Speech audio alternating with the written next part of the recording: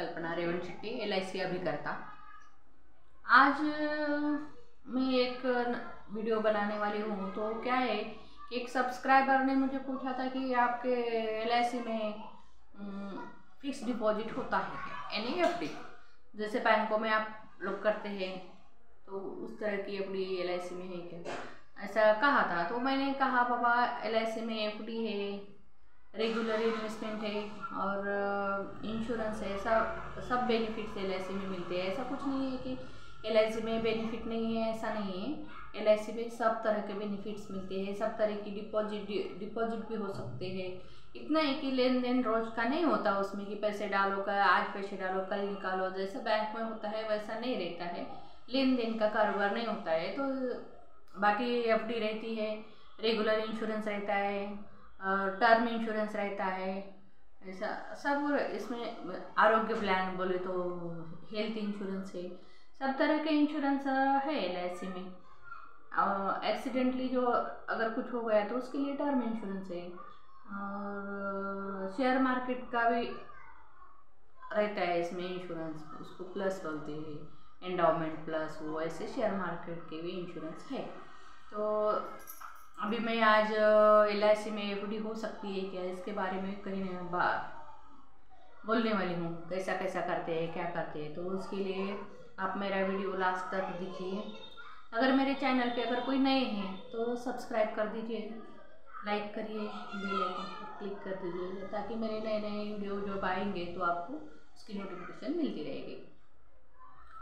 तो LIC में FD हो सकती है। FD जैसा बैंक में होती है वैसी LIC में FD होती है। उसके लिए एक प्लान है, जीवन बचत, यानी 1916 उसका नंबर है, यानी 916 नंबर का टेबल क्रमांक है। उसमें FD बैंक की तरह ही होती है, जैसे वो 9 साल 12 साल और 15 साल तक का टर्म है उसमें। तो कम से कम अपने को ऐसा रहता है कि पैसे बीच में लग गए तो जल्दी होना है, इसलिए ज़्यादा करके इसमें लोग 9 साल का इंश्योरेंस की टर्म चुनते हैं बचत में। तो बचत में कैसा है, अगर आप 10 लाख की पॉलिसी लिए तो उसके लिए 7 ही लाख का प्रीमियम भरना पड़ता। तो उसमें ऐसा है। बाकी के पॉलिसी में कैसा है, अगर 1 लाख की पॉलिसी रही तो उसको 1,04,000 वो ऐसा भरना पड़ता है। लेकिन बचत में कैसा है कि अगर आप 10 लाख की पॉलिसी का अगर चुनाव करते हैं तो आपको 7 लाख की ये प्रीमियम देना पड़ता है, बाकी के 3 लाख कम देने पड़ते हैं। लेकिन आपको 10 लाख का इंश्योरेंस रहता है। 10 लाख का इंश्योरेंस बोले तो 7 लाख भरने के बाद भी आपको 10 लाख की इंश्योरेंस यानी सिक्योरिटी रहती है, सुरक्षितता रहती है। और इसमें एक ऐसा है कि इसमें अगर पॉलिसी धारक को कुछ हो गया तो 7 लाख की अगर भरे वाले रहे तो भी उसको 10 लाख रुपए वापस मिल जाते हैं। लेकिन इसमें एक्सीडेंट बेनिफिट नहीं है, जैसा कि बाकी के पॉलिसी में कैसा रहता है। अगर 1 लाख की पॉलिसी रही तो 2 लाख मिल जाते हैं, 10 की रही तो 20 मिल जाते हैं एक्सीडेंट बेनिफिट में। लेकिन इसमें ऐसा नहीं है। ऐसा इसमें इंश्योरेंस का इतना ही 3 लाख का इंश्योरेंस आपको ज़्यादा मिलेगा, उससे ज़्यादा नहीं मिलेगा। यानी 10 लाख का ही इंश्योरेंस आपको मिल जाएगा, 7 लाख आपके भरे वाले और 3 लाख का इंश्योरेंस, इस तरह का है। अगर आप बैंक में FD करेंगे तो बैंक में FD करने के बाद अगर कुछ हो गया तो आपकी जितनी भी FD है, समझो 10 लाख की है तो आपको 10 लाख ही वापस मिल जाएंगे। और जितना भी आपका ब्याज हो गया तो उतना वो इंटरेस्ट दे देंगे, ऐसा रहता है।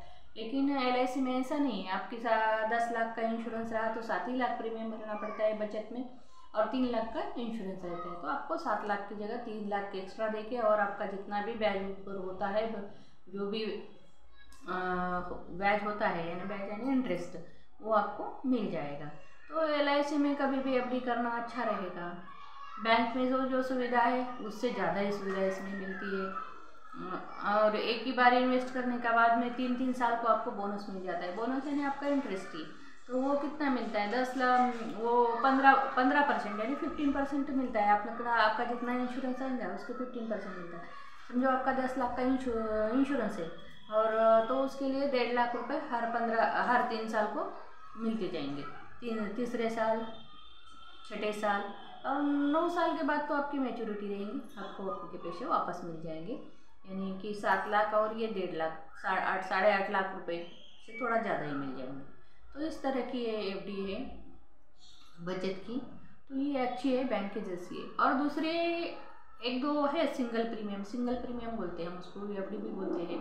तो एक ही बार भरने का रहता ना, इसलिए इसको सिंगल प्रीमियम बोलते हैं। तो सिंगल प्रीमियम में क्या है, और एक है जीवन अक्षय का कैसे है, अपन अगर अभी 10 लाख रुपए भर दिए तो उसके ऊपर आपको तुरंत बैच शुरू हो जाएगा। बोले तो 1 साल के बाद तो मिल जाएगा आपको। वो वैसा लेने का है, मंथली, क्वार्टरली या हाफ ईयरली जैसा भी लेने का है तो वैसा ले सकते हैं उसमें जीवन अक्षय में, और वो लाइफ टाइम रहता है। अगर आप बोले तो पति ने लिया तो पति रहने तो उनको इंश्योरेंस मिलते, पेंशन मिलते रहेगा, फिर बाद में उनकी पत्नी को मिलेगा, और जो भी रकम है तो वो जो भी नॉमिनी रहता है उनको वो रकम जो भरे वाली रकम है वो अदा कर देते। लेकिन इसमें भी कुछ ऐसे पॉइंट्स है कि कैसे कैसे लेना चाहिए, कौन सा प्लान लिए, तो उसमें भी ऐसा ABC ऐसे ये रहे वाले हैं। तो उसमें से कौन सा चुनाव करते हैं, उस जिस ऑप्शन का चुनाव करते हैं उसके हिसाब से सब बेनिफिट्स रहते हैं। उसमें अलग अलग बेनिफिट्स है। उसके लिए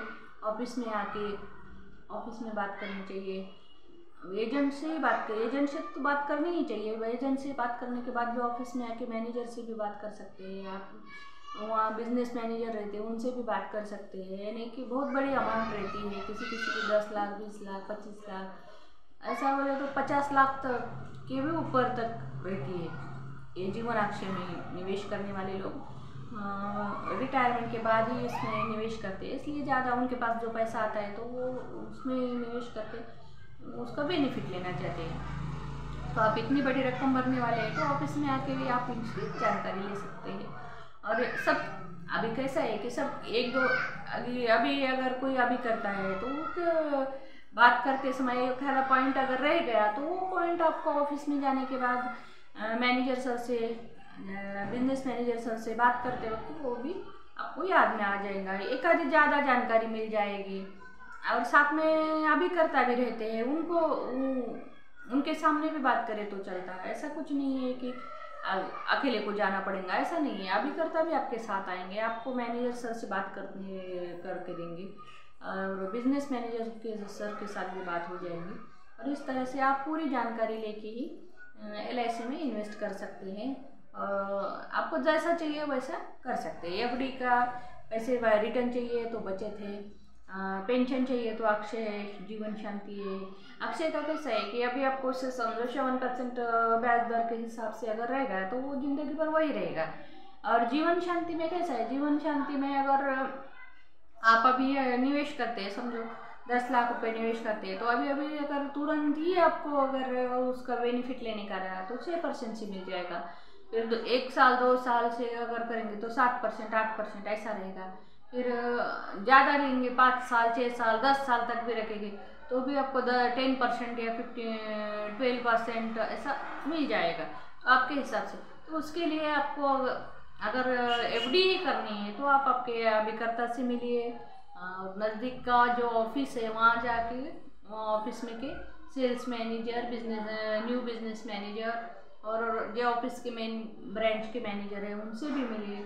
कोई ऐसा नहीं है कि वहाँ जाने के बाद ऐसा कोई मिलेगा नहीं, आपको जानकारी नहीं देगा, ऐसा नहीं है। आप जहाँ भी जाएंगे समझो अभी अभिकर्ता के साथ जाएंगे तो वहाँ DO रहते, यानी हमारे डेवलपमेंट ऑफिसर, हमारे गुरुदेव रहते हैं वो, और वो भी बात करेंगे। अगर उनसे अगर आपको ऐसा लगा कि उनसे भी और बड़े साहब से बोले तो ब्रांच मैनेजर से भी आप बात कर सकते हैं, और आपको कहीं से भी वही जानकारी मिलने वाली है, अच्छी सी जानकारी मिलने वाली है। LIC ऑफिस में ऐसा है कि सब लोग हेल्प करते हैं, सब लोग अच्छी सी बात करते हैं, अच्छे तरीके से समझाते हैं। अभी आपको अगर LIC में कुछ काम भी रहा, लोन लेने का रहा, तो भी वहाँ रिस्पेक्टली आपसे बात करते लोग, ऑफिसर लोग वहाँ के, आपको कोई दिक्कत नहीं आती। वहाँ कोई ऐसा